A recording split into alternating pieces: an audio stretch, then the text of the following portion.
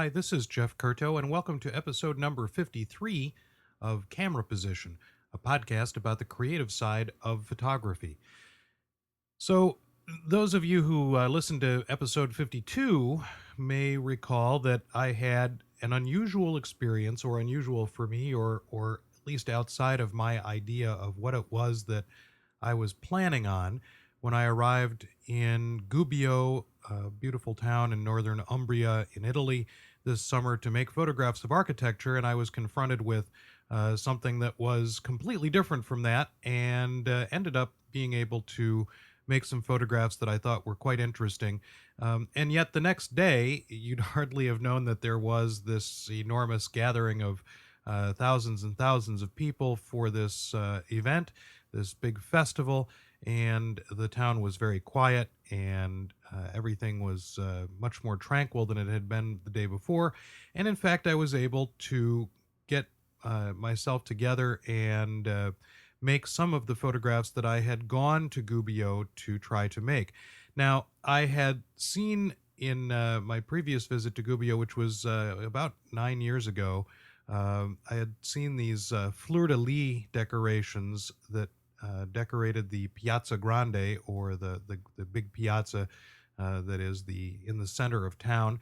And I was fascinated by them as graphical elements, and so I set about to try to make photographs that took advantage of these interesting graphical qualities of these fleur-de-lis decorations.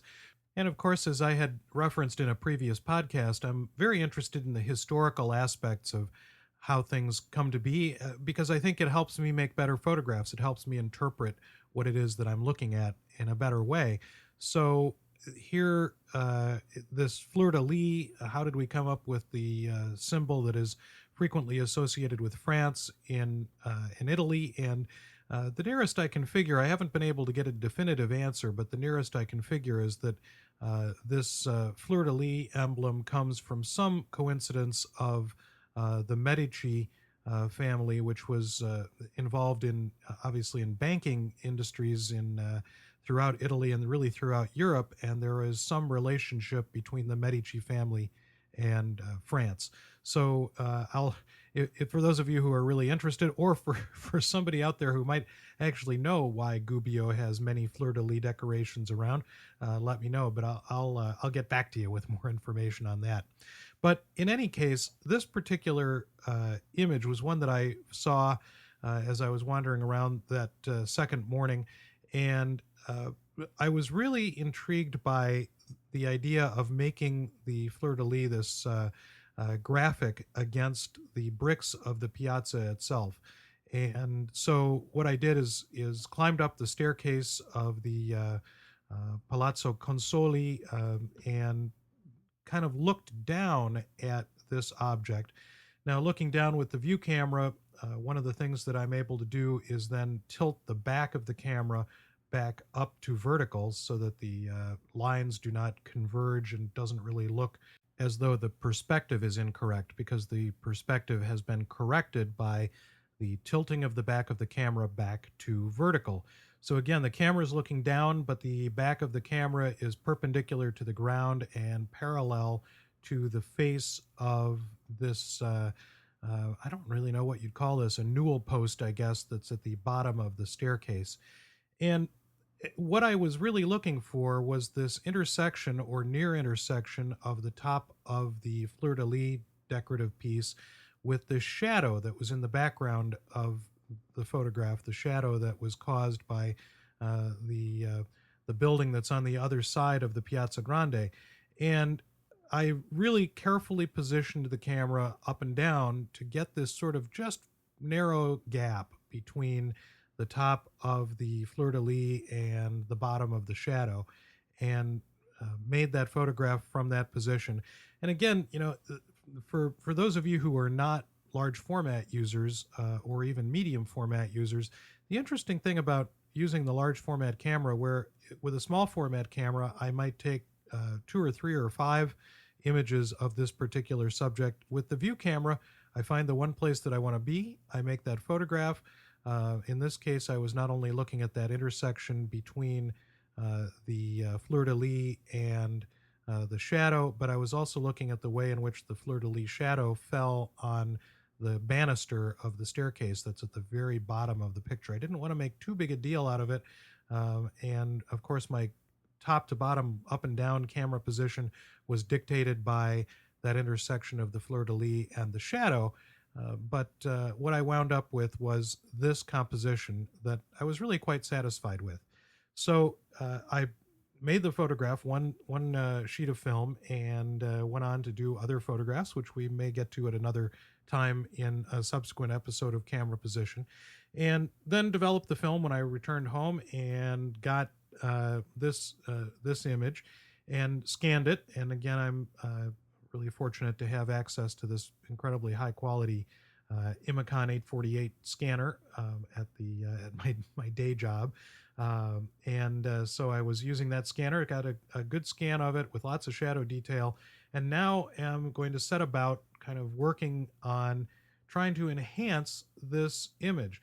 And enhance is kind of an odd word. I guess really what I'm looking for is something that replicates the experience of the feeling of standing in this place and looking at this subject.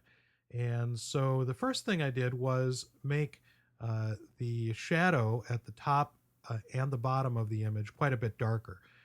That was my first course of events, was to try to increase the density of that shadow without really losing all the detail. I really wanted to have some sense of the space that was behind in that shadow, and I obviously wanted to have some of the texture of the stone of the banister on the bottom part of the photograph.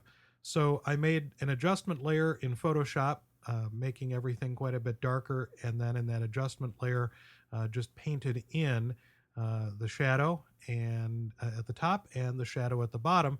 Shadow at the bottom took a little bit of extra time because it's a little bit more highly detailed, but using I use a stylus and a tablet, and that seems to help with those kinds of things because you can vary the pressure, and by varying the pressure, vary the size of the line that you're drawing.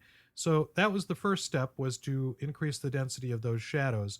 And once I increased the density of the shadows, I felt like the bricks in the piazza needed to be made a little bit darker. It seemed like there was perhaps a little too much contrast between the darkness of the shadow and the bricks of the piazza. So I made the bricks a little bit darker, and using an adjustment layer, and then made the highlights that are around the bottom of the banister. I made those quite a bit lighter using another adjustment layer. So changing that contrast relationship and putting a highlight into the picture, because really the image had not really did not have a strong sense of highlight, even though it is a strongly backlit image. Then I used a technique that I had learned long ago from Ansel Adams' book, The Print, and then also in a workshop that I was fortunate enough to take with Adams in the summer of 1983, just before he died, which was a terrific opportunity. And Adams was really adamant about this one particular thing that I've used fairly frequently, not 100% of the time, but it's a pretty neat strategy, and that is to slightly darken the edges of the image. And slightly darkening the edges, Adams felt, kind of worked to concentrate our vision, concentrate our view into the inside of the image itself, and kind of give us almost like a kind of a tunnel vision of looking into the center of the image. So I made another adjustment layer with just a very slight amount of darkening. If you didn't see the two pictures side by side, you probably wouldn't even notice it. But if you are watching the enhanced podcast here, you can see the change as I made that slight edge darkening to increase the darkness at the edges of the frame. Well, once I made the edges darker, it seemed as though the bricks in the piazza needed to be a little bit lighter again. Yes, I know I had just made them darker just a few minutes before, but that's this creative process, the creative process of looking at and sort of trying to balance out the values of the image. So I made those bricks lighter again simply by removing the adjustment layer, a fabulous thing to be able to do in Photoshop. Just turn it off and see what it looks like. And I liked it. I liked the way that looked. The decision that what this picture was this strongly backlit image, and it really needed a heavier sense of this big I don't really know what you'd call it, the newel post, the thing that is the, uh, the thing that is supporting the fleur de lis decoration. So with another adjustment layer, I went in and increased the contrast and also decreased the brightness of this large object that is dominating the bottom half of the photograph. And with that, I was pretty much done. The very last thing that I did was just made sure that white point and dark point were set so that I got a white that looked right. So there was just a tiny increase of contrast at the very end of the process. And here's the final image. The final image that, while not significantly different from what I had started out with, is different enough that it seems to replicate the experience of standing in this place on this tranquil morning, especially a tranquil morning after the frivolity and hilarity of the day before. And the idea that the strength of these forms is enhanced by the increase of contrast between lights and darks, and that increase of contrast really changes the picture to be something that feels like what I felt when I stood there on that beautiful morning. So there you have a sort of a post production, what we what we used to call darkroom work in the old days, and of course it's a lot faster now. But basically, the decision process is still the same. Looking at multiple iterations of the image and not being satisfied until you find something that looks like what you felt or that feels like what you felt at the time of exposure. So thanks for being here for this episode of Camera Position, and I look forward to seeing you again on the next episode of Camera Position, the podcast about the creative side of photography. Camera Position is a proud member of the Photocast Network, your photo resource in the potosphere. photocastnetwork.com